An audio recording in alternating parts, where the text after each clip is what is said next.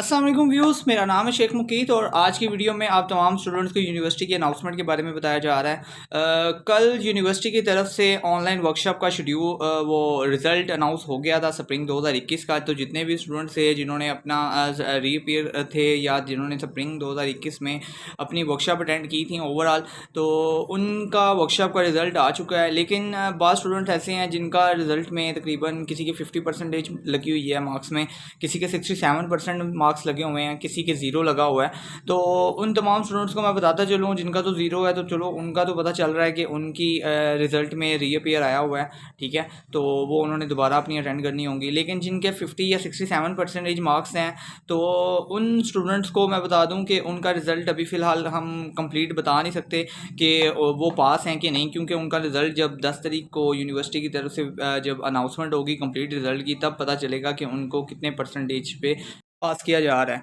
तो अभी फ़िलहाल क्योंकि बेसिकली पहले जो होता था, पहले 80% पे होती थी मस्ट, 100 आउट ऑफ 80% आपके होने चाहिए कम अज़ कम आपकी वर्कशॉप पास करने के लिए आपको। लेकिन पिछले सेमेस्टर में कुछ कोविड की सिचुएशन थी, कुछ काफ़ी यानी कि कुछ टेक्निकल इश्यूज़ थे, जिसकी वजह से यूनिवर्सिटी ने 50% भी जिस स्टूडेंट की थी उनकी वर्कशॉप भी पास कर दी थी।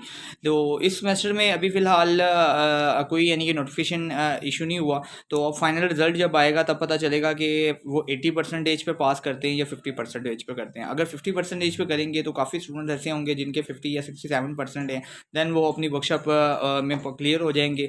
बाकी जिनका 0 या 33% मार्क्स लगे हुए हैं, उनके तो रीअपीयर है, उन्होंने दोबारा अपनी वर्कशॉप अटेंड करनी है। तो उम्मीद करता हूँ आप तमाम स्टूडेंट्स को वीडियो को समझ आई होगी। तो मुझे दीजिएगा इजाज़त, शुक्रिया।